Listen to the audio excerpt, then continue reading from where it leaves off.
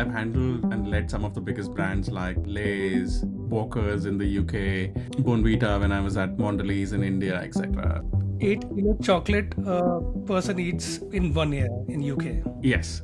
And the hardest decisions aren't solely based on information. Of course, information feeds into any decision, but they're about what you do with that information, what kind of calls you make, and knowing what not to do. So it's that insight around that experience that brings in that maturity to understand what questions to ask, what options to explore, etc., is what led me to build BrainJump. So it's a platform that focuses on capturing how experienced operators across industries actually think under pressure and make that judgment accessible to people who need it through their digital twins. A recent workplace study by Microsoft shows that more leaders than junior team members are actually using Gen LLM as a thought partner.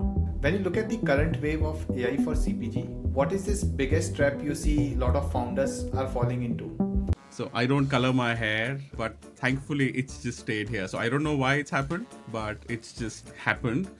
And it helps my wife spot me in a crowd actually. So anytime.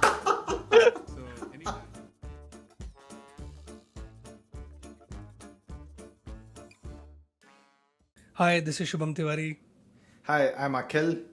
and this is another episode of ShelfLife, a CPG podcast.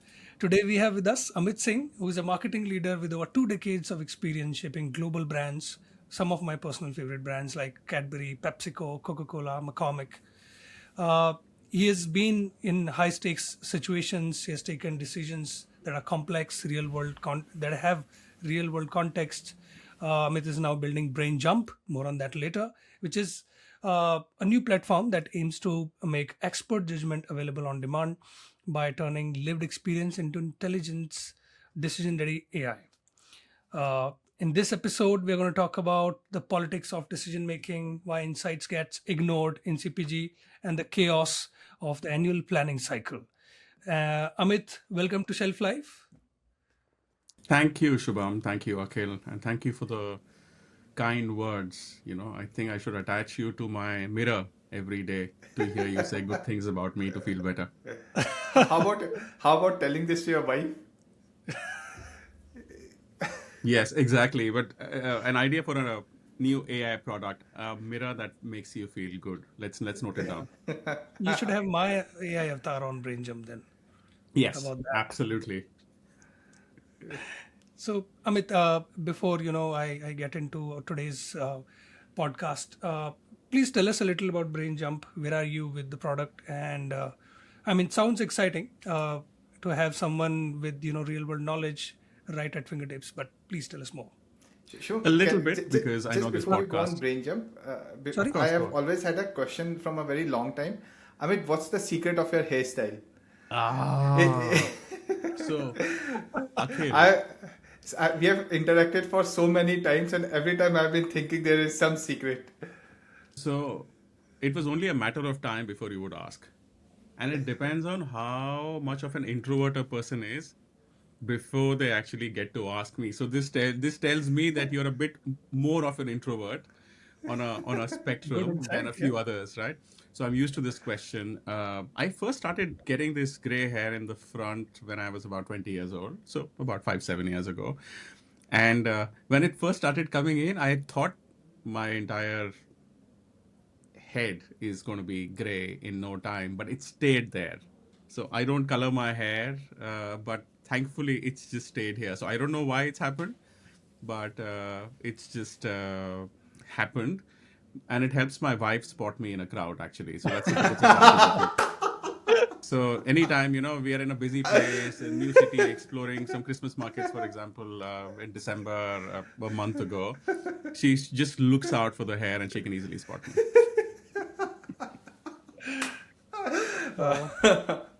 Makes shopping very easy. Well, I don't know about that, but yes, makes getting lost a bit difficult, let's say, put it that way. Okay. Nice. Yes, Sorry. sorry, coming back to your question.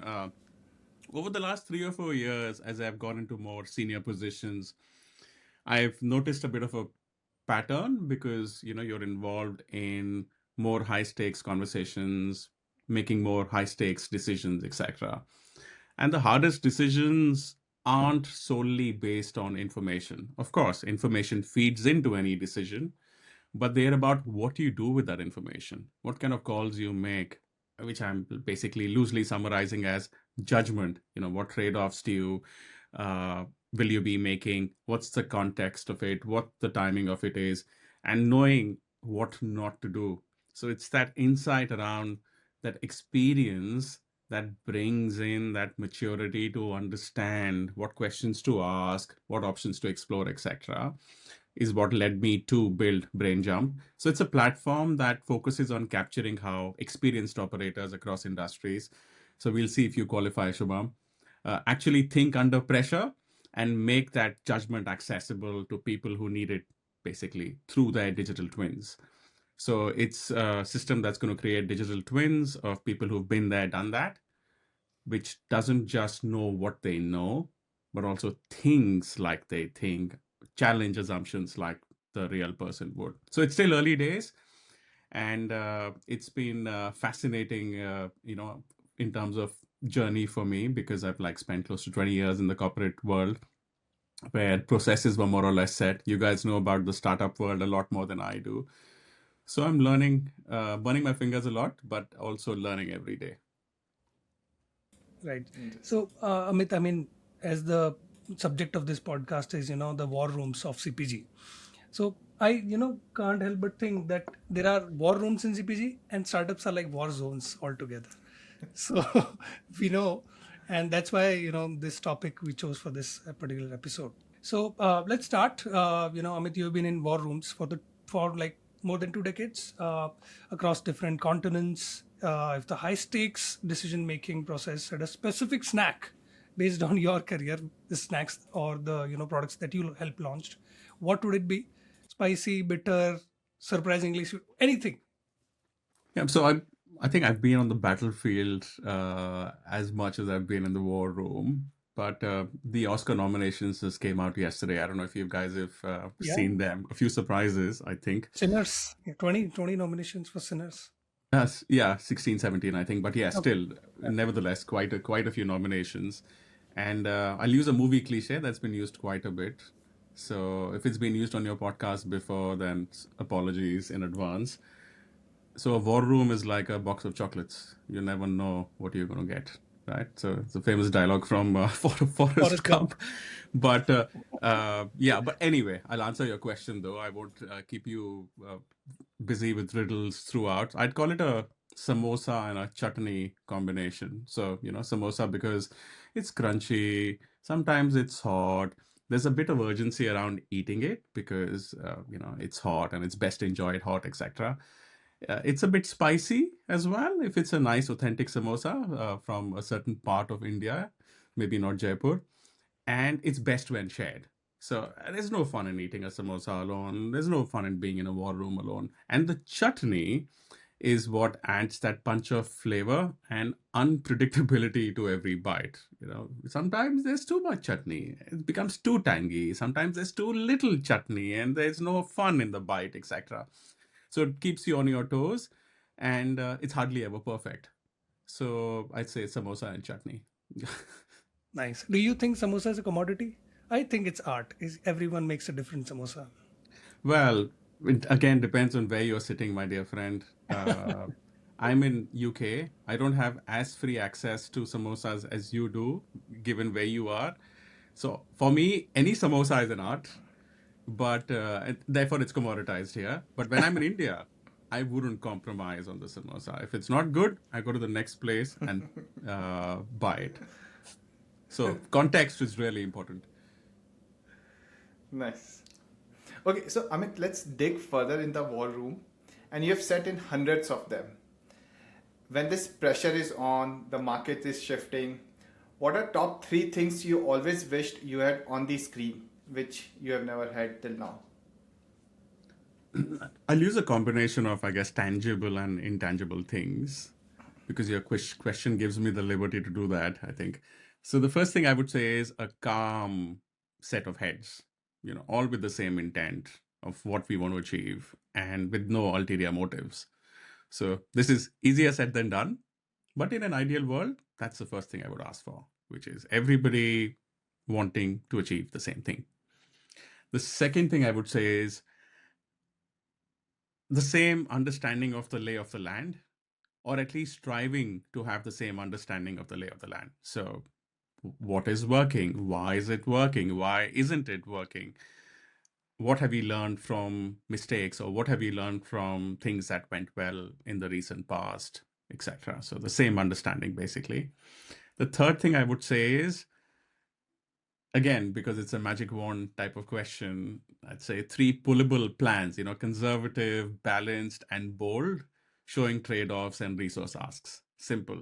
Invariably, a lot of choices boil down to that. What will happen if you do this? What won't happen if you do this? What happens if you do that? What will it take to do that? Okay, go figure it out, come back. So there's a lot of back and forth that happens when it comes to things like this. So I'd say fast, quickly available scenarios, same understanding, and calm series of heads. All right. So Amit, previously you just said, about the context. The context matters. So you mentioned that we often have data, but we lack context. So can you give us a real life example, maybe from Lay's or Cadbury, Mondelez, where the data said you do this, but the room knew that they had to do the completely opposite. So this, I can think of an example from pretty early in my career when I was at Mondelez India, and I was leading marketing for Cadbury Bournvita, which is a malted food drink brand for kids 5 to 15, well, with innovation 2 to 15. And the whole category at that time was over indexed on functional messaging. So our, you know, competitors were shouting about, hey, we have these vitamins, nutrients, etc. This is what it'll do for your child from a very functional point of view. Your child will be taller, your child will be stronger, your child will be faster. I mean, all kinds of claims that they used to get away with. We got dragged into that because we were like, the whole market is talking functional messaging, and we also started to over index on functional messaging. In fact, we reconfigured our product so we could actually double down on functional messaging. So if you looked at every sign that was there in the market, in the category, and when you speak to consumers, obviously, Indian mother will always talk about what does it do for my child. They will not spell out what kind of emotion they expect, because that's how they feel, right? We noticed that we were losing share over a like 1.5 2 year period, and we decided to go back to the roots of the brand. What made Bournvita what it was very emotional messaging and pulling at the mom's heartstrings. So we did a lot of research, ethnographic research, qualitative research, quantitative research, to identify what that core of the brand has been that we can go back to, and then built a completely new brand purpose sitting on top of that, and then launched that campaign in 2011. We're sitting in 2026 now, exactly 15 years later. We launched in Jan 2011. The same positioning still continues on the brand. So in the first couple of years, we actually grew at double the rate of the market. So just one small example to say that just because the category competitive set is going in a certain direction, just because you feel you need to do it, otherwise, you might not be riding on the category tailwinds, etc., doesn't mean it's the right thing to do. So always see, what's true to your brand, and obviously marry it with whether it's going to resonate with consumers or not. So that's the first example that always comes to mind when I think of everybody was going left and we decided to turn right, and it worked for us. 15 years in, it's the same positioning. You guys live in India. You tell me, have you heard of Tayari Jeet Ki? Yeah. Please say yes. Yeah, Yeah, good. yeah, definitely. And I must, personally add this, that, looking back at my life's journey, when I was, small, I could never afford Bonvita. My family could never buy it for me. My, friends were getting the watches and everything. And here I'm sitting with the man who, built the brand Bonvita. So that's life. And thank you, Akhil, for this moment of euphoria right now that I'm having. It's all. So I built Bournvita along with hundreds of others in its history. But yes, I'll take it. Yeah. Thank you. Yeah. Amit, you mentioned that there was a lot of quantitative, qualitative research. You went across India to do that research. How was that research compiled? How was it submitted to you? Was it in PDF reports? Was it in PowerPoints? Was it Word documents? Or was it just someone giving you presentation and telling you? So it was a lot of qualitative research. So we did ethnographic research that was at the heart of it, which is basically, spending time with the consumer in their homes to understand cultural habits, the cultural significance of milk, for example, because milk is the carrier of Bournvita, for those who don't know. And so we could figure out what role Bournvita could play in a glass of milk. There was a lot of other quantitative stuff from Kantar, Nielsen, to help us understand how we've shifted with certain types of households, who we are winning with. And India is a highly fragmented market, you know that. So North and West are very different from South and East, which are Horlicks dominated markets. North and West are Bournvita dominated markets. So it was a combination of things, Akhil, but mostly in our heads and in reports.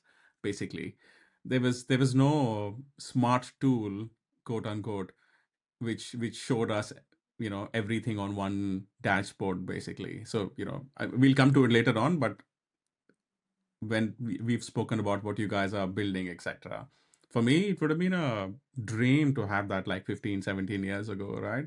The amount of inefficiency we used to have in trying to collate report across different sources, oh my god. So I know the future is bright. Yeah, but like till now, how it's typically done in CPG companies? Is it how does it that research data comes in? One is it's in your head, but there's only so much context you can have. How is that I mean, those that research is flowing it to you. So when I say research, let's just ensure we have the same understanding. I'm talking about research that we initiate on a particular project, on a brand, etc. Not the existing ongoing data we have from the panel or from Nielsen, etc. as well. So the research data always comes in, either Excel sheets or PowerPoints or Word documents, and I don't think the research is integrated, at least as recently as a year and a half, 2 years ago. It wasn't really integrated into any online dashboard which summarizes what the brand does. The online dashboard basically had the more recurring data and information. So you had an online dashboard, or a lot of businesses that I've worked with as well have those Power BI type tools where you have all the household data, all the market share data, all the financial data of the business, etc., on one dashboard. Any bespoke research always sat outside, and it wasn't really integrated into that data because different researchers have different purposes, right? Some are qualitative. You want to understand the consumer better. Some are more focused on, hey, we are testing innovation concepts and let's figure out which one has most potential. How can we make that one even stronger, and so on. So it was part of a slightly different world, if that makes sense. It wasn't part of tracking how the brand is doing. It was part of, right, what we are doing to take the brand forward. So there could be no one source that I could go to and ask and connect that innovation research with the data we have on the panel, for example. Got it. I'll tell you what we are building at Clayface, and you have some aware. You are aware about it, but for the audience, so at Clayface we are building AI agents for CPG brands like AI growth strategist, AI brand analyst, etc. If you were designing it to sit next to you in a war room, what human traits does it need to have so that you just don't ignore it? You guys ask very complicated questions, huh? I must say. So I would say courageous empathy, I think, present recommendations as a confident companion. Because if the person you're relying on for the insights is not confident, then explain why something matters in a very simple way, one sentence, two sentences at the most. Touch upon the downside of inaction. That's really important. So it's all well and good to say, hey, here's the data, here's what you should do, but here's what happens if you don't do this, or this trend might continue, and your brand will possibly lose even more distribution or start losing share or whatever it is. And then in a very simple way, propose what could be done, right? So absolutely goes without saying that this needs to be all connected to evidence. So this is the evidence chain for this point. This is the evidence chain for this point, etc., which can sit underneath without complicating the story. So in summary, be my partner in crime. And one thing I'll most definitely say, and I'm sure we'll talk about this later as well, because you can't have a conversation nowadays without having the word AI in it. Don't be subservient or bend to the will of the person using the tool, because that is what AI is massively guilty of. It's servile, it's trained to serve the person who's entering the prompts, and it can very easily change its point of view or shift when challenged. But the fact that what you're building is in the area of brand analytics and a partner in crime for the brand and insights teams, etc., you need to be sure about and confident about why your understanding of why certain things are happening, and what your recommendation is, and therefore courageous. That's where that courageous comes from. But empathy as well, because it has to be. It can't be I mean, due respect to all finance and accounting people, it can't be a boring analyst just spitting out information. It has to be done in a way that is warm, friendly, almost makes it seem like a companion. I was about to say, does that compare to wife or your spouses? I'm sure it's different for different people, my dear friend. It should be. It could be different for different people. Exactly. I like how Amit diplomatically handles all these questions. He's sure that Soraya will watch this episode, and he wants to be politically correct. Not politically correct. Correct.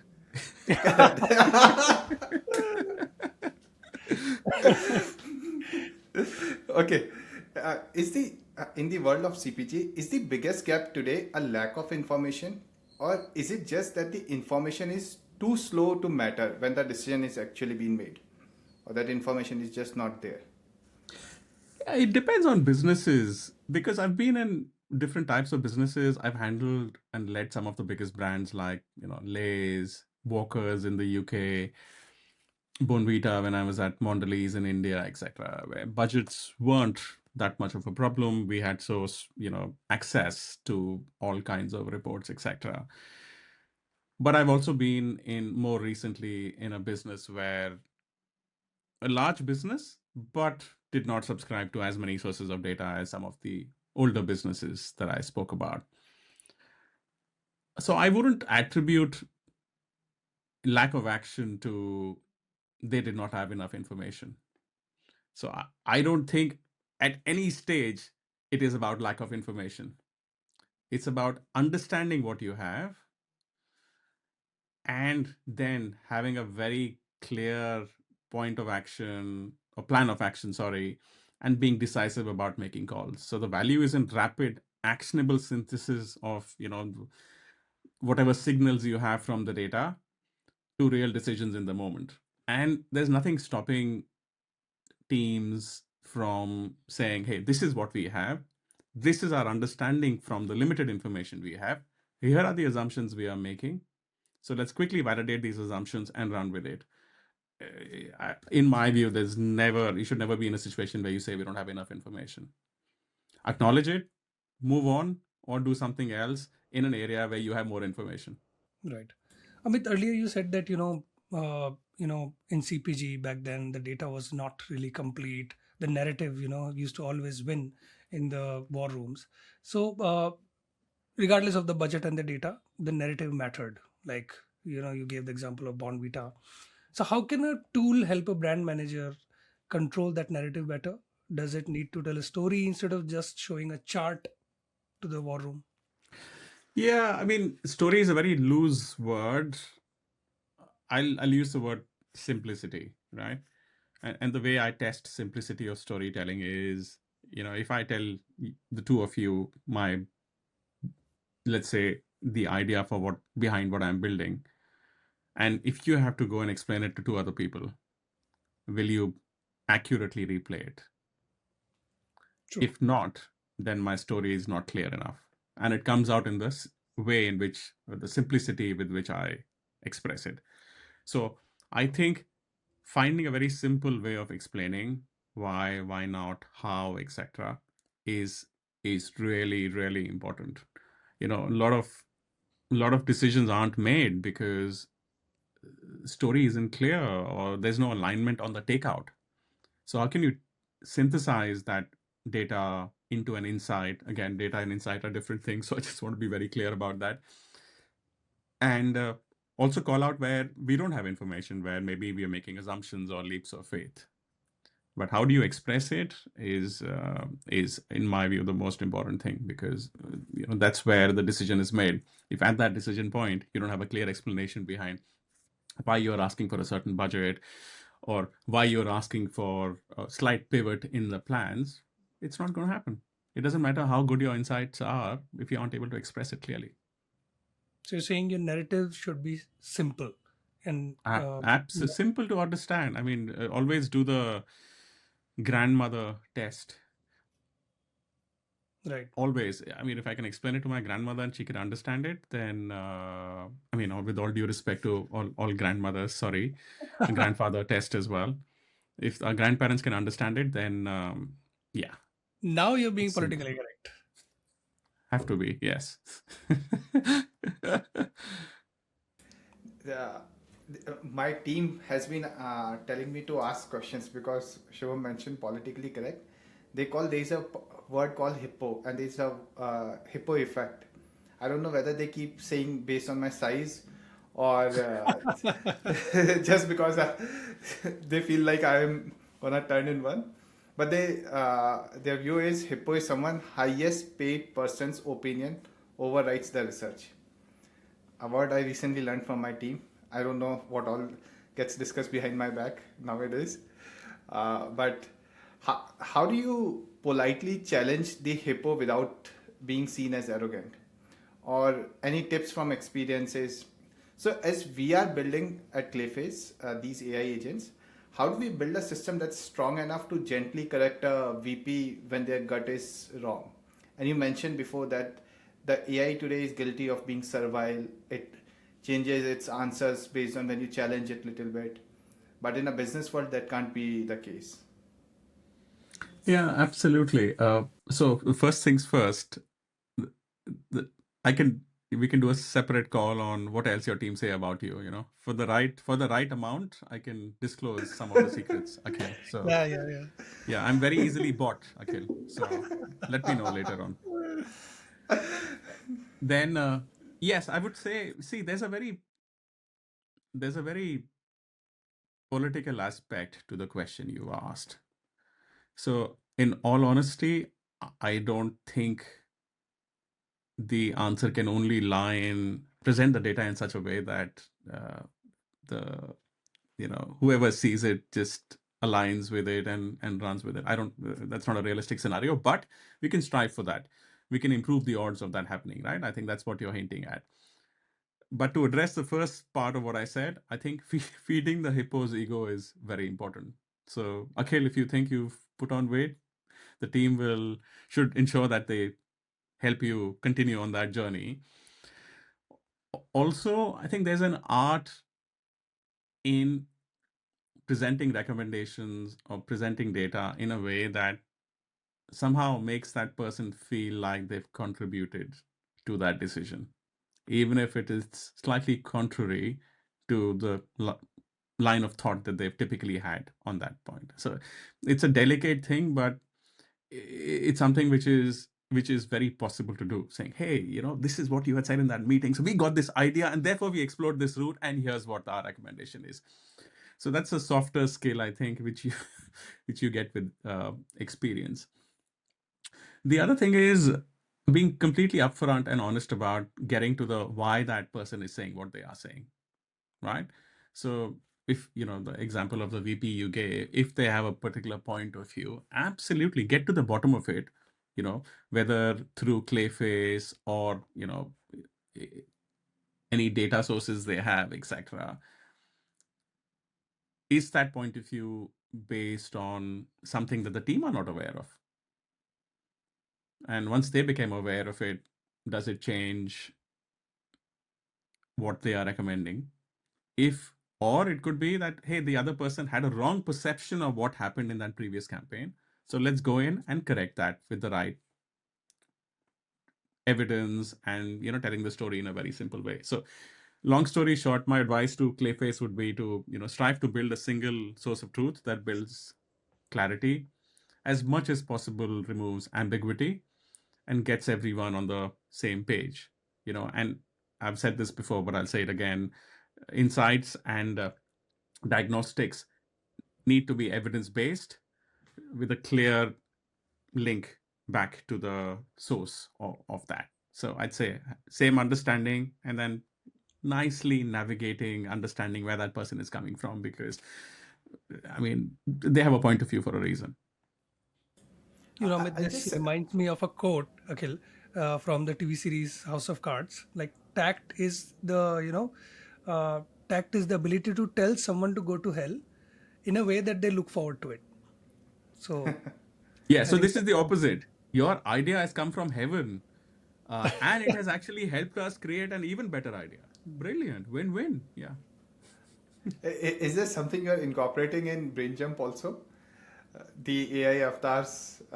So what makes, and this also, I'll take a little segue, go to BrainJump. But what makes BrainJump unique? Like, we can create these AI personas on ChatGPT and like Yes. do some role play with ChatGPT, or there are companies like Delphi which are doing something similar. What makes BrainJump different from these? So let's look at some of the competitors in this space. I won't name any of them, but they talk about, hey, we capture what these experts know, and that's what they double down on. And their twins are based on the content and information uploaded by the expert, along with some instructions, to your point, right? What we are building is a behavioral science led approach where, one, we start with behavioral scientists spending time with the expert to understand how they've made certain decisions in the past, why they made those decisions. And we are being very intentional about not just accepting anything at face value, which is post rationalized, because after success or after failure, you rationalize it in a way that suits your narrative. So we really want to get to the bottom of, when they were in that situation, what are the choices they had? Why did they pick one choice over the other? What is the mistake they made in that process? What did they learn from it, etc.? So truly trying to surface how they think, how they make decisions, getting and capturing that decision making footprint, and then creating that digital twin, which helps seed that expert judgment into situations for people who need them in their respective fields. So the whole idea is that we're going to create twins of individuals, right?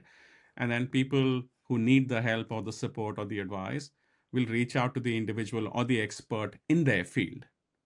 And that's the whole point as well. The way I would make a decision in the marketing world, FMCG marketing world, would be very different from somebody who's in private equity, where every decision could have a couple of $1 billion impact, and therefore they need to be more risk averse and they need to possibly do more research, etc. as well.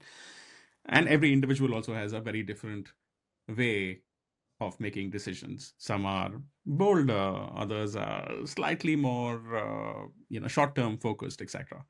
So it's about capturing how they think, how they've made those decisions, and then serving that through the twin. So I'm not aware of anybody, at least currently, doing that.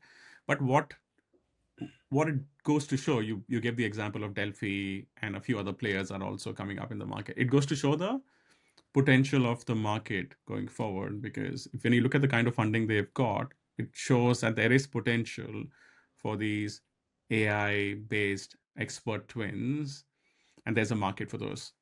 got it. Amit, bringing the conversation back to the war rooms.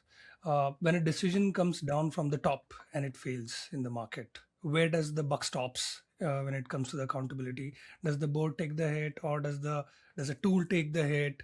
Let's say, I mean, in the context of Clayface, or the execution team who are fighting at the front. The board never takes the hit. So I can't remember any situation, any scenario where the exec team put their hands up and said, "Hey, we are responsible for this," right? So there's always a fall team, fall guy, or a fall team, whatever, which is further down on the pecking order. But anyway, I think a different way of looking at it is, did everyone take stock and look at what priorities need to be realigned, right? In an organization, nothing sits in isolation. So if you decide on something and need to do something, obviously then somebody needs to do it. Somebody needs to do it at the cost of what else? I'm sure in organizations, teams are not sitting with 1 or 2 days spare per week to wait for new decisions to be executed. And if that reprioritization wasn't aligned, and that resource reallocation again wasn't aligned top to bottom, then I guess that is where it went wrong. So how do you ensure that if there's a decision and something that comes top down, there was support for it in terms of where people spend their time, where resources were spent, and alignment on what else fell off then, obviously, right? It's a zero-sum game. You can't do this and that and that and that for the same budget. So invariably, something else needs to be compromised. So execution team always bears the brunt of it. But how can we be more mature about ensuring that we follow through on the impact of that decision internally to give it the best chance of success? Because sometimes you might think you've made a very smart decision, but when you then take stock of priorities, you might realize that, oh no, we'll have to drop that. Maybe it's not such a smart thing for us to do this. Maybe we push it down the road and have another look at it 6 months down the line. So it depends. Hopefully, I've answered the question. This was not diplomatic or politically correct. I mean, just one aspect I would like you to highlight again, like about the tools. Is the data ever blamed, like it is not good quality data, or the tool that we are using is not good enough? Does that also happen nowadays? No, because then that would be.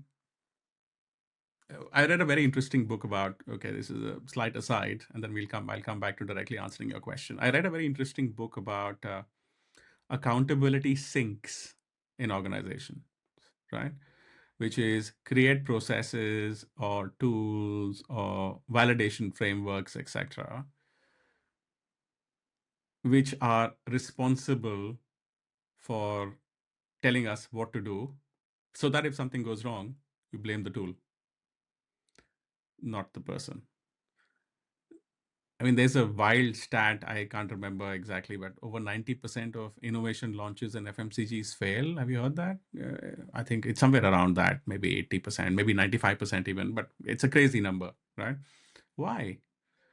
Everybody does, well, at least most of them do research, get validation from consumers, right? But internally, invariably, it's hey, we tested it, and therefore there's no fault. Maybe there's something went wrong in execution and something went wrong in that. So I can't remember the last time we blamed Kantar for a failure, or Nielsen for a failure, or Power BI for a failure. That doesn't happen. But I think one thing to be careful of is, in the future, there will be a lot more of AI weaved into people understanding what's happening with their category, or possibly getting some help on, hey, what levers we should pull, etc. There it becomes a little more ambiguous, because somebody else is more directly pointing you to a decision, and that there's no person accountable behind that. At least, uh, when it comes to research, for example, you have a research person putting their neck on the line and saying, here's what we've tested. These 3 concepts have tested really well. Even though this concept is number 2, but we recommend we prioritize this for this reason. You have somebody accountable with experience and judgment, like I was talking about earlier, giving their perspective. In this case, it's going to be slightly tricky. So how do you build that level of trust? Or do you have a champion of that tool internally in every organization whose job it is to ensure that they verify and ensure that the dots are joined, so that when the recommendation is made to the business, it's not just, hey, I saw this on the Clayface tool, but it's the Clayface tool that actually helps them tell the story.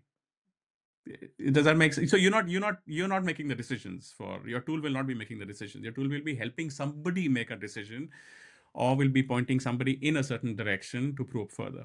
So that's the essence of it.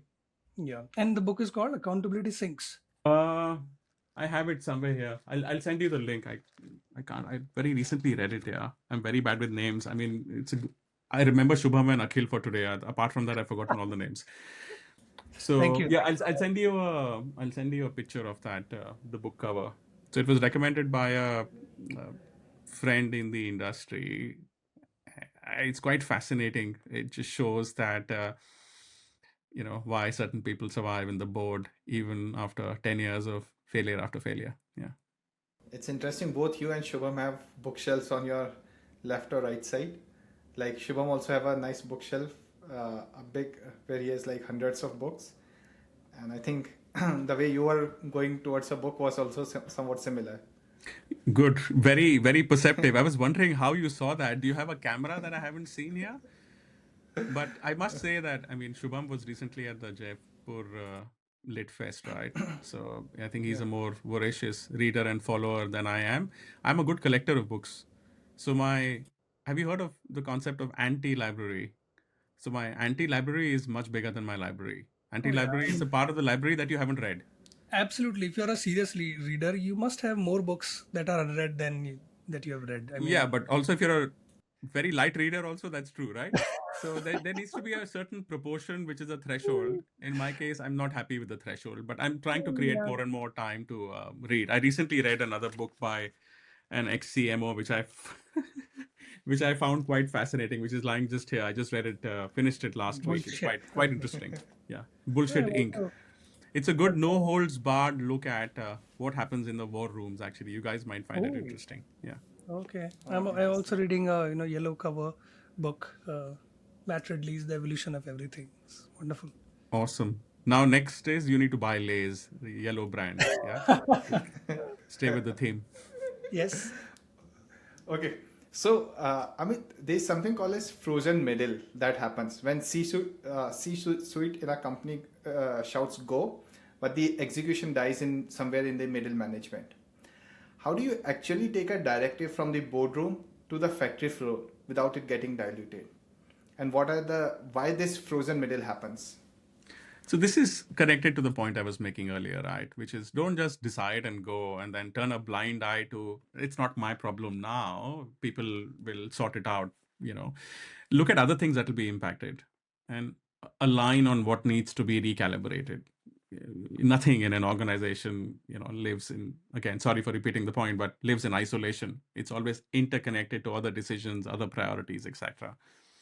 And for the directives to be executed, they need to be translated to very clear individual and team KPIs. And if it's something that needs to be done quickly, then the local team needs to have the autonomy, with the right guardrails obviously in place. And the most important thing is there needs to be a single owner per deliverable. A lot of times I've seen that things fall through the cracks because of lack of accountability. So if you know who the owner is, who's responsible for driving it, they have, and the team have the autonomy to deliver it, then yeah, absolutely. And one other thing in terms of process that I found useful is, rather than wait for 1 month for the next exec meeting because it happens only once a month, or you can only get a slot 3 weeks down the line, but you've been asked to turn something around in 2 weeks. So sometimes quick 15-minute escalation calls, beat these long status check decks for to ensure that the momentum keeps going. So find the right people, stop somebody near the coffee machine, have a chat with them, say, could I just get 10 minutes in the exec meeting tomorrow, please? It's important for this project. I promise not more than 10 minutes, and I promise I'm going to make it worth your while. So how do you ensure that you also use your softer skills to keep things moving? Because in the end, it's the person who's accountable for delivering certain, certain new directive. They'll be held accountable if something is not done. They can't then 3 months later turn around and say, "But I did not get time, and for 2 months I kept chasing." And well, find a way. Yeah. Yeah. And Akhil is, by the way, a very big proponent of water cooler conversations that you're seeing, like meeting people serendipitously. I Yeah. think that's the word. Yeah. So, and we were also discussing recently the importance of internal marketing, selling the narrative of our company to the people of the company. So my question is, how important is this internal selling or internal storytelling versus external marketing? I don't think it's a either or situation, but the question is framed that way. Do brand leaders spend more time selling their brand ideas to their bosses than to the consumers? And how can AI tools shape up? I mean, sorry to bring AI again No, no, of in this. course. Yeah. Uh, can it become clearer or frictionless through AI tools? See, you spend more time selling internally than you do to consumers, right? That's the truth of it. But always understand that if people internally don't buy it, it's not going to go anywhere. Not just bosses, but your customers. So retailers are huge. In certain Western markets, obviously, one retailer could be 30% of your revenue. So if the account team that handles that retailer is not excited, well, guess what? They're not going to go in with the same conviction and passion and sell it to their retailer if they agree to take it, first of all. And I've never known anybody with a half-hearted mind behind something successfully selling something. It doesn't happen. So it's very important. If you finally need to reach the consumer, you absolutely need to win these battles. But what it also does is, I mean, I'm not only looking at it as marketeers being heroes and we need to convince everybody and we have the right plan, etc. A lot of times feedback from the sales team, account teams, feedback from the finance teams, feedback from the insights team, which is part of marketing, but sometimes they see an idea which is a little more evolved than when they last saw it or whatever, helps you sharpen the proposition, helps you think of angles that you wouldn't have thought of. And it's really important to calibrate your story slightly to the audience you're presenting it to. So the salesperson will be more interested in knowing what is in it for my retailer. Will it drive category growth? Because if you're only fighting for market share, why will a retailer be interested? Because selling one pack of this means selling one less pack of something else. So you will gain market share, but what will happen to how am I benefiting as a retailer, right? So it actually helps push you in certain directions to sharpen your story and get it to a place where you know everybody's excited about it. Now, I'm not saying that this ends up becoming a mishmash of everybody's ideas. Hopefully it still is true to what you learn from the consumer, what vision you have for your brand and for your category, etc. But sharpening by getting other people's perspectives is really important. From an AI tool perspective, just coming back to the second part of your question, tools that make these internal stories crisp and evidence based, you know, really help. So they help get to the bottom of the fact base quicker, help surface a wider suite of options to explore at the top of the funnel, and help build a narrative to support the internal storytelling with evidence and logic. So I would leave it, as broadly as that. Obviously, depending on the task or a particular priority, the nature of the tool and the value it adds will be slightly different. Amit, I have a very different question. How are CPG companies structured? Like which teams have more power? Let's say, to give you an example, in a tech company, it is the product and tech teams which are generally have the highest say. They can dictate a company's roadmap directions a lot more. In CPG companies, which teams or holds the most power generally? Yeah, it depends, Akhil. Different companies are different. In some companies, it's a commercial team that I wouldn't say more power, less power, but have more of a say than in other companies. Certain other companies where I worked are more marketing centric, and therefore they believe in brand building, etc. This doesn't mean that the sales team or the commercial perspective is not important. Absolutely, it is important. I mean, you might think you've smashed a campaign out of the park, and then the retailer doesn't list it, the product. That's it, dead, right? You won't get to launch it. So it depends. Different teams depends on the business, how it's configured, etc. What's important for them, brand building or just numbers. Some teams and some businesses strike the right balance. I've been fortunate enough actually to be in businesses where there has been a really good balance between understanding brand building, but also then pulling the right commercial levers and being aggressive on that front. So Mondelez, PepsiCo, Coca-Cola, very, very balanced in terms of, and you can tell from their brands, right, that they carry their own weight in a lot of cases. So it depends. Sometimes you need to, depending on what the business priority is. For example, I'll give you an example to make it a little more alive. A few years ago, in one of the businesses I was in, margin improvement was the biggest focus in a particular year, and therefore a lot of the innovation was seen through the lens of, is it margin accretive?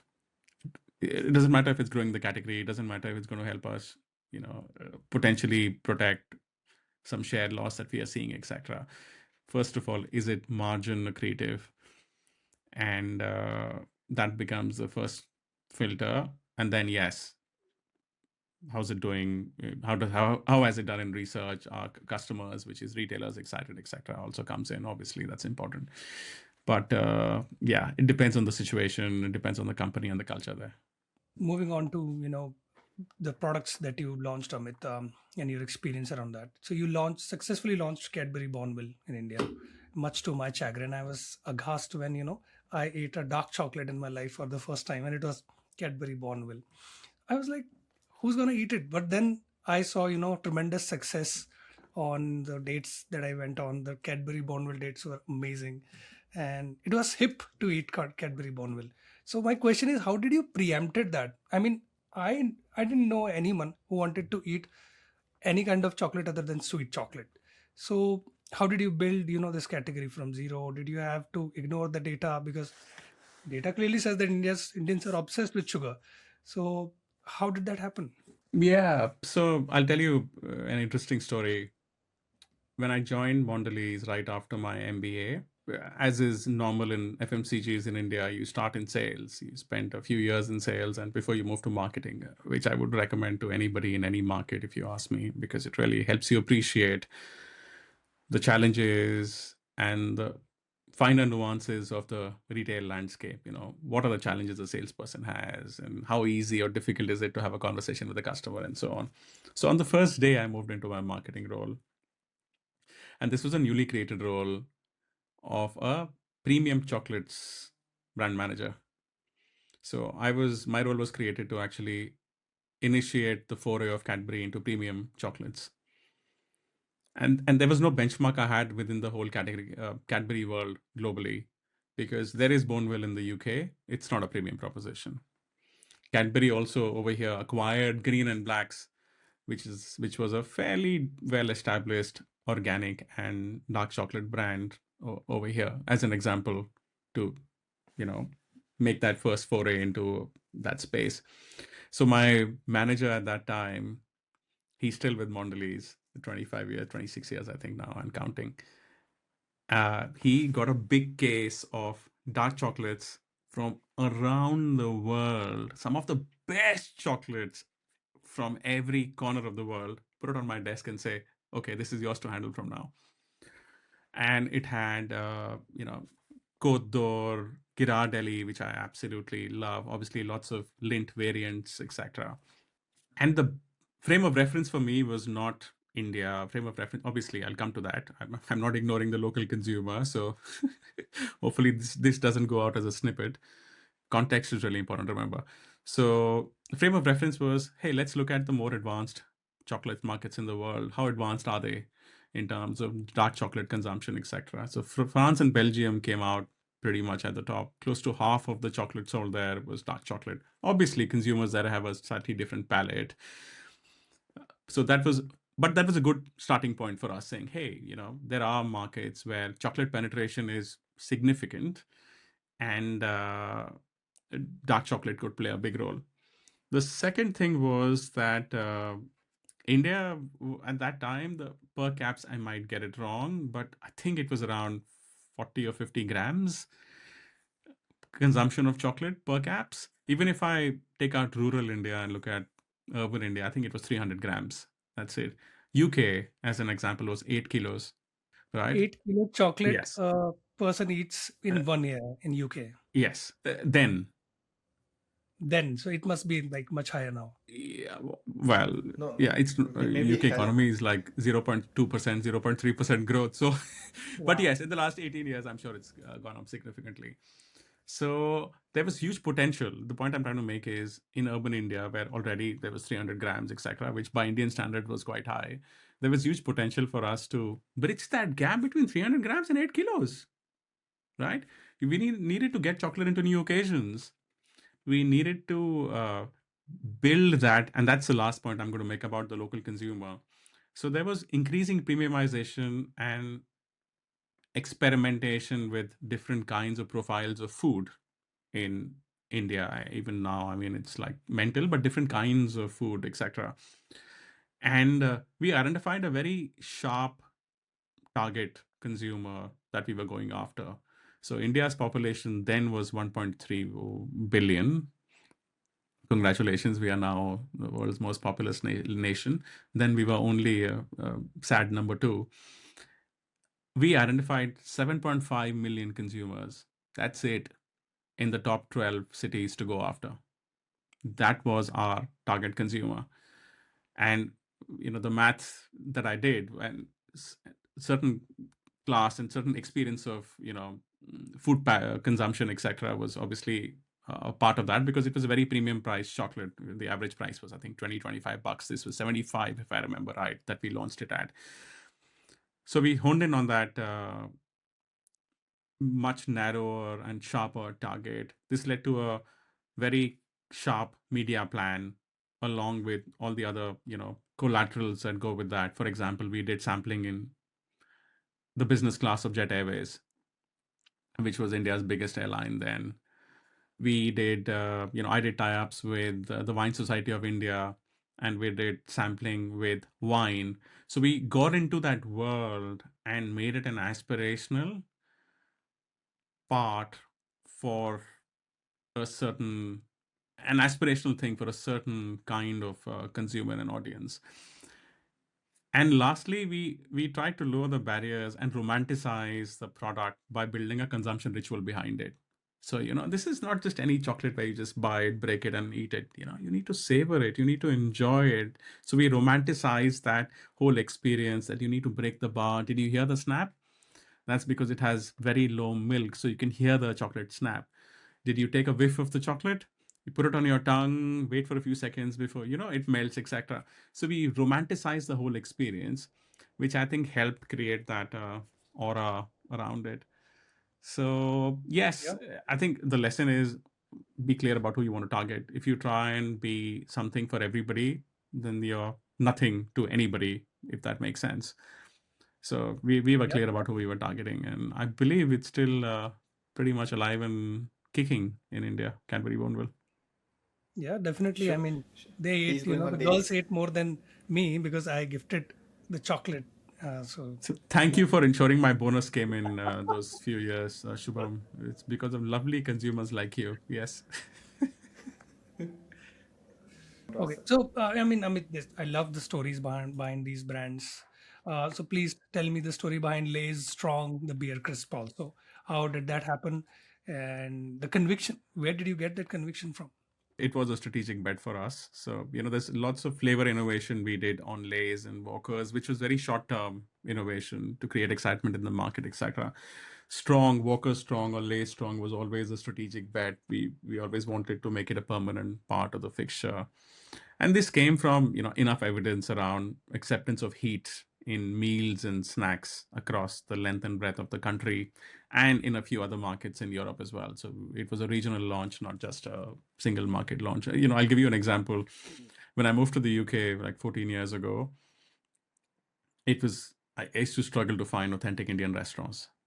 There were a few which have been around for donkey's years, but a lot of them were masquerading as Indian restaurants, but the palate and the cuisine was anglicized to suit the taste of local people.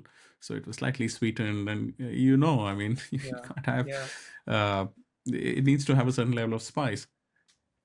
In the last 7 8 years, I mean, it's very difficult to not find an Indian restaurant in any street in London, and they are authentic restaurants run by chefs who've like learned Indian cooking from the time they were kids or whatever. So just a small example. Another thing is there's a huge culture of pubs and pub snacks, and a lot of the pub snacks in the UK and a few other markets are spicy snacks, jalapenos, hot chicken wings, and we took inspiration from that. And then thirdly, we knew that that was one occasion where we had an opportunity to increase our penetration. So we combined these three things and said, all right, if we can create a range that's a little more special than our everyday, crisp, as it's called in the UK, or chip, has has that kick and heat, and has flavors that are familiar to people. So we launched jalapeno and cheese. We launched chicken wings flavor. Wasabi was another nut that's consumed a lot in pubs, etc. See, we Japanese. launched a Yeah. wasabi, which was my personal favorite, which was quite hot, and to again fill that gap in the market where no crisp brand existed. And we leaned in with a very bold execution. So it was both evidence based but also courageous. I've never had more meetings with the corporate comms teams to sign off how beer was depicted in a ad for chips and crisps. I don't know if you've seen it, but there's beer everywhere in that ad in the background, which is magnetized towards a packet of Walker's Strong or Lay's Strong. So I think clarity of, again, who we are targeting, identifying what that incremental consumption occasion is, and launching it. Lastly, we launched it in a sharing bag, and sharing is one area where in the UK at least Walker's is not very strong. So it was again another opportunity for us to get into a pack format, which was a little more accretive, but also opened up a new consumption occasion. So you have been very obsessed with the context of data. Many times you have mentioned the context matters. Don't take a clip out of this podcast because the context matters. So, and you've worked in India, UK, Europe. Can you give me an example of a global strategy that failed in a local market because the context was missing? Lots of examples. I'll give you one very quick one because I'm also conscious of time. A flavor activation rolled out by a global team on one of the brands that I was leading was themed around music and music festivals, which comes with its own, certain kind of audience that it's trying to target, which was completely at odds with the core audience of the brand in my lead market in Europe. We had nothing to do with music festivals or that audience. In fact, there was another brand in the portfolio that was looking to go after those kind of occasions. And the consumption occasion, the core consumption occasion in that market was also very different, with a very different energy. It was soulless, somebody sitting on their own on a park bench and having the product along with whatever their lunch was, etc. So in single packs and not sharing. So it was completely different. So sometimes, I mean, with the best intentions, global and regional teams want to roll out one campaign or one activation around the world, but it's probably always not the best thing to have, expect one size fits all in every single market. So that was one thing that did not go very well for us. We learned from that, and we pivoted back to what was working for us. Got it. For the sake of audience, what does an activation mean? And can you just define it more? So activation is something that, you do to engage consumers over a short period of time. So it could be an on-pack activation. For example, you buy this pack and you get music concert tickets, or you get access to Spotify for 2 months. It could be an in-store activation. So, which is, you buy this and, you have a chance to win something, or get a new pack, 1+1 or whatever. So something that has an element of expected engagement from the consumer or shopper in a very simple, rudimentary way, I would say. Amit, would you like to predict a trend around how marketing would be in CPG? What is changing, or one trend for next 1 or 2 years, or next 3 years? Two or Do I three have to use the trends. word? Can I use the word AI in it? Please go Absolutely. ahead. I've heard Yeah. it So for the I first mean, time see, today. one trend that is I'm very optimistic about the role AI has started to play and will play in the future. Right? I think efficiency. So getting to insights and getting to the truth quicker. Everybody having the same understanding, and therefore focusing more time and energy on what needs to be done about it and executing something. I'm quite excited about that. The second thing is obviously the role AI plays in content generation. I think it's going to give a lot of smaller players already digital, social media, etc., and YouTube opened up the opportunity for smaller players to reach out to consumers without having to spend money on TV advertising or other high impact media. But now with AI, content generation also then becomes that much more easy, and gives opportunity to scale. But also for big companies, you can test quicker, fail faster, learn, and then do something else. I could never imagine a scenario where we created three versions of three different ads. Let's say we used to do animatics and test them and then only shoot one and then launch that, right? Now you can create like three or four and test it with, do an A/B type of testing with different audiences, figure out which one's working hard, and then scale that one, put all the media monies behind it. So I think your opportunity to learn fast, fail fast, learn, and then do something about it is quite exciting, along with the efficiency point I said earlier. Yeah, imagine Don Draper, in these times. Like he used to, just prepare one advertising campaign and present it to everyone, but now you can make so many. Yeah, but obviously the risk is diffusion of focus, and just because you can do it, you shouldn't do it. You still need to be doing the basics right. Have you understood the consumer? Is it speaking to a certain need? Will it help take the brand in the right direction, etc.? Because quality control of the process, of the Yep. the purity of the marketing process, but quality control of the output also, I mean, is now even more important. Earlier, you were doing a few bits of digital content and maybe one or two big pieces of copy for other more mainstream channels. Yep. Quality control was easier, uh, and there was somebody on the hook for it, right? The agency. Now, brand teams, just because they can, shouldn't start writing scripts, because I believe it's an art, and only a few certain people with a certain skill set, I think, can do it. Ensure that you factor in the insight into how it's depicted in the way the brand is shown in a spot or in a piece of digital content. I don't think anybody and everybody can do it. So the risk is, brand managers think, hey, I have AI now, I'm going to ideate, brainstorm with AI, create a script, create something, shoot it in the sense that create with AI and launch it. So I'm not looking forward to seeing some duds, Yeah. and basically pieces of disaster, on social media over the next few years, but everybody will learn. Yeah, I love this for diffusion of focus phrase from you, because the nowadays the question would be, is Lucky Strikes the only cigarette that is roasted for Don Draper? But I hope the Madman fans got it. But Yeah, yeah, I know you were waiting to throw that in for some reason. I think you had it written somewhere on the wall that you're facing. But anyway, I'm glad you got it out of your yeah. system. No, no, no, no. It's on that wall. We'll have a look at it later. Yeah. Amit, bringing you back to the war rooms. Nowadays, I mean, this is a window where from December to Feb, They say that if you miss it, you're dead. So walk us through this panic of that annual planning cycle that is going on right now. What is actually happening in those boardrooms? And I mean, yeah, you just tell us what goes on behind the scene.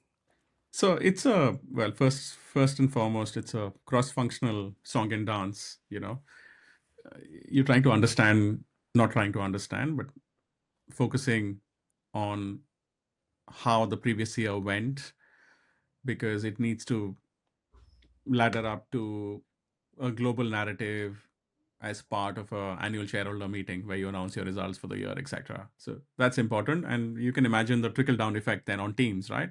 You're collating data, you're getting the narrative right, and people in the boardroom are ensuring that it's not that inconsistent from the previous quarter's shareholder meeting where we said this about our region, etc. So all that is one part of it, which is get a robust understanding of the lay of the land for that, but also then to enable us to plan for the subsequent year or subsequent years, actually, because we typically have 3-year strategy cycles. The second thing is ambition lock. So, leaders debate, agree on North Star ambition. What level of growth should we aspire to? What has changed over what we identified last year? Is the market a little more, is it a bit slower than we expected? And therefore, do we need to recalibrate our ambition over the 3-year horizon, et cetera, et cetera? So ambition lock is really important. And then, as obviously you can imagine now, the teams underneath then working on, right, what can I aspire for my brand? Where can I take my brand? So at Mondelez, actually, very early in my career, I learned this very useful framework that I use till date, where to play. So have you understood what's happening in the market, where the opportunities are, and where you want to play? It could be, consumer based, we want to win with this consumer. It could be a subcategory based, saying, hey, we want to make a foray into sharing packs, and therefore that's really important for us, blah, blah, blah, for this reason. So something that basically connects with that ambition log that I was talking about. So, we want to grow by 8%, and this is where we want to play. Then you focus on the how to win. So, right, what do we need to prioritize in our portfolio? Are the brands and categories within a business or initiatives tiered? So this is our priority 1, this is our priority 2, and are the resources then allocated against those priorities? And then loosely we get to a bit of a first stab at, right, what could the calendar look like? Loosely, it's very, very top level at this stage, very early in the strategy process, Jan, Feb, and March, Jan, Feb. And, on this brand or on this portfolio, on this category, here's, next year is a big year for relaunching the brand, for example, which is pretty much there in every calendar, by the way. Then, okay, we need to innovate in these areas. So loosely, let's put here what that innovation idea will be. We'll work on it and we'll validate it over the next 3 months. But an initial point of view is really important. And this happens cross-functionally because, you need to be speaking the same language. For example, if I'm a regional person with the local markets, or the sales team need to be aligned to, you need to be able to take their feedback on board around what needs to be done on a brand or a category, etc., to keep their retailers engaged, to help grow the category, etc., as well. So it's about understanding the lay of the land, identifying the way to play, and initial stages of the how to win. Basically, that's where the focus is. So data and swimming and sometimes drowning in data is pretty normal at this time of the year. And this specific planning window is also called the graveyard for many innovative ideas. Yes, well, that's mostly because, Akhil, at this early stage of the process, you have a typical funnel effect, right? You have more ideas, then you have fewer ideas once you've done some level of screening on those ideas, or once you've got feedback from others, and then eventually you validate with consumers. So you go from 100 ideas to 25 concepts to 5 strong concepts to 2 that will actually be launched in the next 2 years. So that's what it is. It's more, this is a stage where no idea is bad, where you want to see, okay, what else can we do? What have we not looked at? Otherwise, it's very easy to fall into the trap of, let's take last year's calendar or what we did last year as part of the 3-year plan, and then see how we can rehash it. That's important as well, because the true test of a strategy is consistency. I mean, if you're changing a strategy every year, then it's not a strategy, is it? Then you're just basically tactically living from quarter to quarter, year to year. So absolutely, look at, right, what direction have we been on? Do we need to pivot in any way, etc.? But yeah, and that's the whole reason why you have more ideas coming up, Akhil, and therefore, fewer ones go ahead. Right. So let's talk about AI for CPG. When you look at the current wave of AI for CPG, what is this biggest trap you see a lot of founders are falling into? Are people solving problems that don't exist? Or are they ignoring the boring, messy problems that actually cost millions of dollars for companies? What do you think are the biggest traps people are falling into? I think it's very easy to fall into the trap of solving elegant technical problems. We'll present all the data in one place. That's a technical problem, and finding a solve for that. But if it doesn't point to a painful operational challenge that teams have, then it's probably not doing the full job. Also, I would say focus and over-index on the adoption friction. So when it comes to companies, and especially in your case, it's going to be taking their data sets and then making sense of them. There's nothing more precious from a privacy perspective, security perspective than their data sets, right? So how do you lower that and absolutely eliminate that friction around privacy? How do you value add and show that value add to critical business processes by understanding the annual cycle? So I think, which we've spoken about earlier, and therefore be very clear about what does strategic support look like. So when you're doing your annual planning cycle, here's how our tool can support you. But also, what does day-to-day tactical support look like? So at any point you need to know what's happening in terms of the household panel, market share, competitive position, the innovation landscape of the category, etc. as well. So what does that look like?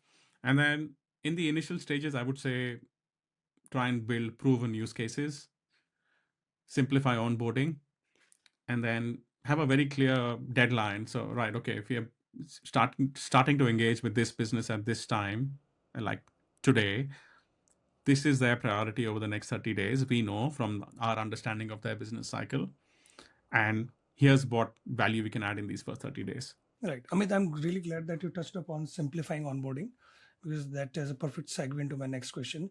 Whoever we speak with at Clayface, the CPG brands that we talk to, they either say that, they have an internal team that is looking to adopt new AI tools, or, they are like, overall their leadership is taking some calls. So there is complexity in onboarding. So if you were the CEO of a major CPG brand today, would you create a fast lane for testing new tech? And how do you do that, first of all? Or, is the slow process actually here to protect the brand, or like, I don't know, what's the problem there? Yeah, I mean, some of it lies in what I said earlier, right? Which is create a fast lane with clear privacy risk limits. That's really important. And sunset clauses, clearly this happens, this is what we do. If this happens, this is what we do. Those kind of things. I don't think it's about slow process to protect the brand. I mean, honestly, we're talking about internal processes here. We're not talking about somebody rushing through creating a piece of innovation or a piece of comms and putting it in the market, which will have a detrimental impact on the brand. So this is very different here, right? So I would say reassurance on privacy, risk limits, etc., but also absolute clarity on what value you can add over and above. It's a lot more simplistic tools. And I'll give the parallel of, say, what I'm trying to do with BrainJump and AI, right? You can argue that you can get all the advice in the world from AI, right? Why do you need experts in your pocket? Why do you actually need that level of judgment in your pocket? You ask AI the question, it will give you the answer, right? So it's that quality that we shouldn't ignore. It's like, yeah, anyway, so I think it's, I was going to give a very bad sports analogy. I played it in my head. It did not sound right. So I changed my mind, just so you know what happened there. So I think it's being very clear about here's the value we add. Here's where we can assure you that there's no extra risk compared to what you're doing internally, basically, right? I mean, if there's even 1% extra risk that they perceive around some leakage somewhere, then that's it. For me, that's a deal breaker if I was in their position. And then what value can you add, demonstrate as quickly as possible. And the reliability of the tool. So the comparison between AI and, is what I'm trying to establish here, that Context. it'll give you an answer. If you build an AI tool, of course it'll give you an answer. How do you know? Do you have the expertise? Has it been engineered to be not just accurate, but actually genuinely dive into data in a way that a very standard tool can't do? It'll absolutely give you an answer. So the risk is figuring out, is that answer reliable? Is it actually exploring all the options and demonstrating how you guys can do that? Right. I was looking forward to get to see you into Liam Rossinier territory, but you didn't give the example. No, So no, no. Ever since I heard his man and age, I'm in two minds about my commitment towards him. But anyway, he seems like a bright prospect. Let's see. Yeah. Well, I mean, what's your take on AI generated brand campaigns? Do you think we will have those or not? So I see. I'm all for it because I know it's the future, right? And we know the world today loves to debate and pick sides, but also we are being forced to pick sides. Such is the nature of what we are seeing around us. I'll give you a few recent examples, right? The Coca-Cola Christmas campaign that just came is a recent example. So I believe, in research, I think system one testing as well, it did quite well. It did. I think it scored not just quite well, but off the charts. But the expert and online discourses, I think, were a little more divided on that campaign. But I mean, so long as the output is core to the brand values in terms of look and feel and the emotion it evokes, and it lands the message. I mean, in my view, at least, it doesn't matter if it was shot in Hawaii, on a rocket to Mars, in a studio, or created by AI. Now, I think today people are somewhere on the fence in terms of how skeptical they should be about AI, etc. So yes, if what is meant to be an emotional campaign, you put a message on top saying this was generated by AI, people will be like, what? So I don't think consumers need to know. When was the last time Christopher Nolan said that this scene was shot outside certain part of Jaipur, and this it doesn't matter, right? What you're watching a story, you're watching a narrative, etc. So if that can be told nicely, absolutely fine. But what is definitely required is common sense and quality control from those creating it. So if talking about a Christmas campaign, if there are glitches or inconsistencies that are obvious, if the truck is a shape-shifting truck, in one scene it is a normal truck and then suddenly it changes shape and then comes back to being a normal shape and then suddenly it changes shape as again. If the wheels of a truck, if you have a side angle, are not rotating and they are gliding, then you're asking for it. So I think the common sense approach of quality control, which applied to even ad shot in Hawaii or in a studio, should apply to this as well. And coming back to the last point, which is human judgment, therefore, of that AI output needs to be as stringent as it is for something else. Especially for, I guess, more established brands where people will be a lot more and can be a lot more critical of what to expect when they know that these guys could easily afford 5 million to create a campaign. Why didn't they do that? So, but it's a efficient way of doing it. The recent Jeans West advert, I don't know if you've heard about it, Australian denim brand, it's being butchered by everyone. So I feel bad for the team. because I think it's very easy to speak on certain channels to say this is bad, this is bad, this is bad. Anyway, I'm sure the team had some limitations, but there's no excuse for lack of quality control in my eyes. Absolutely no excuse. And lastly, I mean, I believe we are there. We'll see films being made. We are seeing. I mean, on social media, people are going mental with Hulk, for example. And in a few months, I believe we'll be able to see formally approved and licensed Disney characters in 30-second videos created on using Sora, because they signed that deal with OpenAI, whatever $1 billion worth of rights and licensing. And if good enough, that content will be put on Disney Plus as well. So it's the future, and AI will play a bigger and bigger and bigger role. So let's not forget the advantages: speed, cost effectiveness, quick fail and learn, to the point I was making earlier, but should come with a healthy dose of common sense and quality control.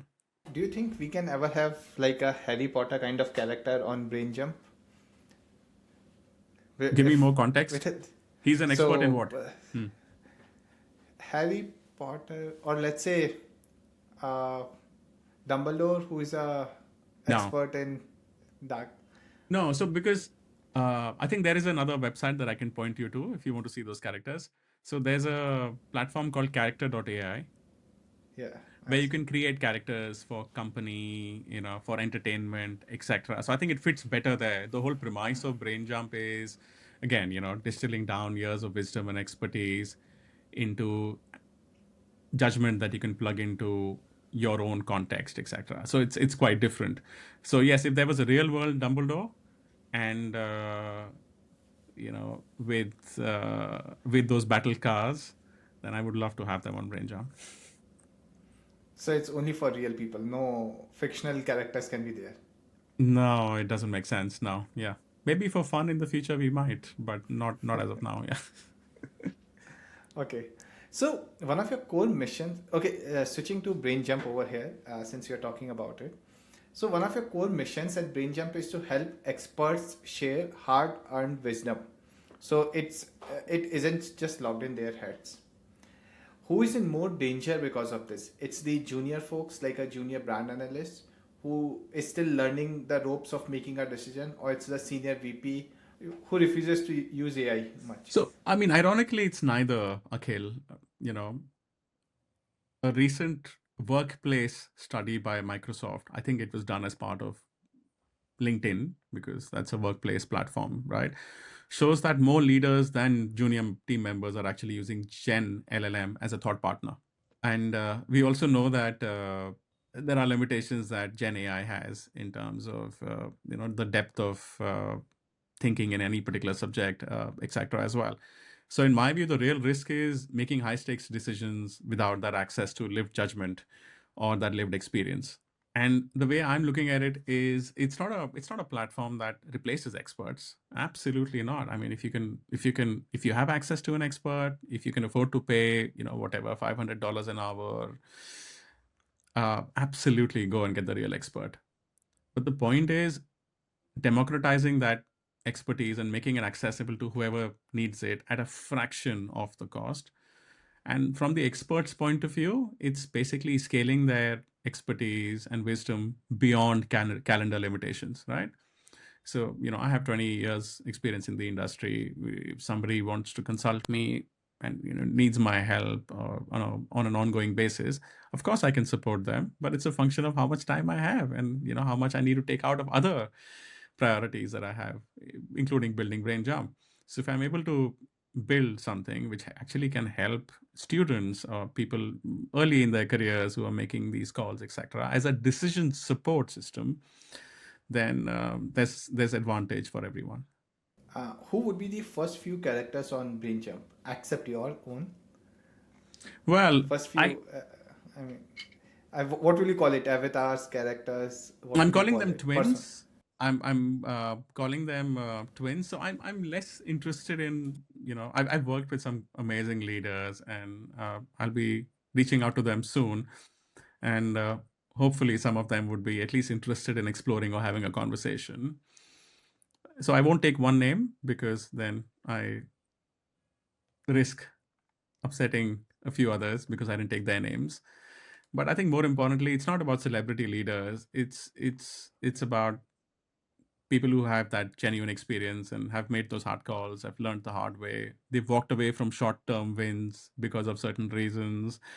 They've protected culture under pressure because we know people in, positions, these positions today are going through these difficult choices day in and day out. So to make that available to them is going to be of significant value. So I don't know who the first person is going to be, but what I can assure you is that it's not going to be somebody who's just a celebrity but doesn't really have uh, that experience of having been there, done that. There's a difference Yeah. between somebody who claims to be a celebrity and somebody who actually has gone through it. So that's where I'll draw the line. And who is the buyer or customer persona or the audience for BrainJump? So we're looking at enterprises and founder ecosystems, Akhil, because having been a founder myself for the last 8 or 9 months, I've I've been starved of, say, access to others who've been on the same journey or who can help in certain functional domains, give me, quick expert advice on how I should go about setting up my brand or how I should go about my founder journey, etc., in terms of fundraising. So you've been a great help, for example, but I'd love to have you in my pocket, Akhil, whenever I want, right? So I think if I can find a way of plugging into founder ecosystems where there are founders who are in those ecosystems because they need help, and sometimes they get time with others who are a little more experienced and ahead of them in the curve, but not always, not every time they need it. So that would be my first port of call. We're also looking at enterprises and enterprise solutions because, again, if I look back at my career and a few other people I've spoken with in the recent past, the value of having a ex-CMO plugged into a marketing team chat, you can't quantify that. So Yeah. if we can bring in that expert judgment into those team conversations so that teams can just reach out to them whenever they want, I think that could be a significant value. Again, it's not to make the decision on their behalf. Nobody's going to rely on that, but it's going to help them explore perspectives, look at scenarios, understand trade-offs, etc. So they are in a better position to make a decision going forward so that when they take it to their leadership, they've probably looked at scenarios that they could have been challenged on and already thought about it because they had that expert in their pocket. Got it.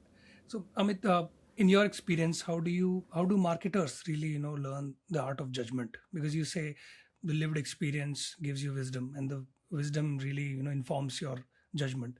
So, can it be taught or only lived? Can brain jump does that?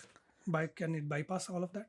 So judgment is lived. I mean, there's no two ways about it. But absolutely, I think in parts it can be learned from, right? So in my case, at least, I didn't learn how to judge situations or make certain decisions at certain points or ask certain questions at certain points from frameworks or textbooks. I learned from decisions that went wrong, trade-offs that nobody warned me about, moments where the right answer was technically correct but practically disastrous. So I think what accelerated my learning wasn't information, it was exposure to how, one, being in the position myself, but also learning from the experience of others who've been there. So I have reached out to people in my network from time to time to ask for their advice on what I should be doing and what I shouldn't be doing. And if I had more and unconstrained access to their experience and their way of thinking, absolutely. So BrainJump doesn't try to shortcut experience, it lets you borrow perspective from people who've already paid the price. So you don't necessarily start from ground zero every time and don't repeat the same mistakes. So I think the lived experience of this podcast has been rather rich. So it's a good point to end this. Amit, all the best with Brain Jump. And Thank you.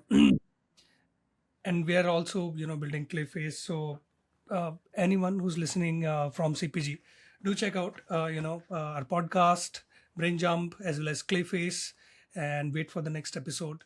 Till then, thank you so much for joining us, Amit. Thank you once again. This was really insightful. I love interacting with you. We have so many common interests. And Akhil, yeah, you're you're so happy. So please take the final words. I have some questions to ask Amit. Amit, which are the top 5 movies you would recommend? Oh, yes. Now we're talking. Right. Okay. Five. Okay, that's difficult. My all-time But by the way, favorite. I think Sinners deserved that Oscar entry. Someone took me to theater to watch that, and after watching that movie, I was mind blown. It was amazing. Oh, I haven't seen it. So, okay. That goes on Wonderful my film. list. Oh, if you haven't seen, now you can't see it in theaters, but you have to set up like the whole environment. Don't Okay. watch Home it with your theater. phone. Keep your phone outside or away. It's a good It's a film. great Yeah. movie. So, need to be captive. All right. Okay. So, I won't say Sinners because I haven't seen it. But I'd say Dark Knight features, I mean, at the top of my list. I recently What a saw it thriller. again with some Yeah. friends just last week. And yeah, it just blows my mind every time. I picked up a few new things which I hadn't noticed earlier. So it's a gift that keeps giving.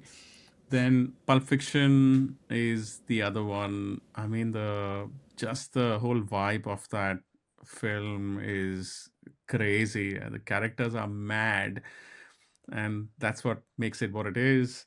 Shawshank Redemption is third one, I would say. Then I would put Andaz Apna Apna, which is a Oh, wow. Hindi What a trip. film. Yeah, I mean, I absolutely love it. Anytime it's, playing somewhere in the background, I just sit down and start watching it. Hilarious. I don't think there was a comedy like that before or since. And then fifth film, what do I say? I'd say I love Zindagi Na Milegi Dobara, I'd say. There's something Wow. about the way the message in that film has been delivered, without preaching. It's quite phenomenal, and to show such different characters come together but have similar values, it was quite phenomenal writing in my view. So yeah, I love Zindagi Na Milegi Dobara. Anytime it's playing in the background again, and I can just sit down and watch. Did you identify with Hrithik Roshan's character more? Or, Not in terms of the wealth. No, not with Hrithik Roshan's character, actually. I would say I was more Farhan Akhtar's character. Yes. of course. Great. I mean, Zindagi Na Milegi Dobara is a good message. For those who don't understand this phrase, it's like you won't get the life, it's the same life twice. So Yeah. Carpe diem. Seize the day. Yes. seize the day. Seize it. It's a better translation. With that, Amit, thank you so much. Thank you, Akhil, guys. thank you. And we'll see you in the next episode. Thank you, Amit. Have a nice day. Bye. You too. Take care. Bye. Bye.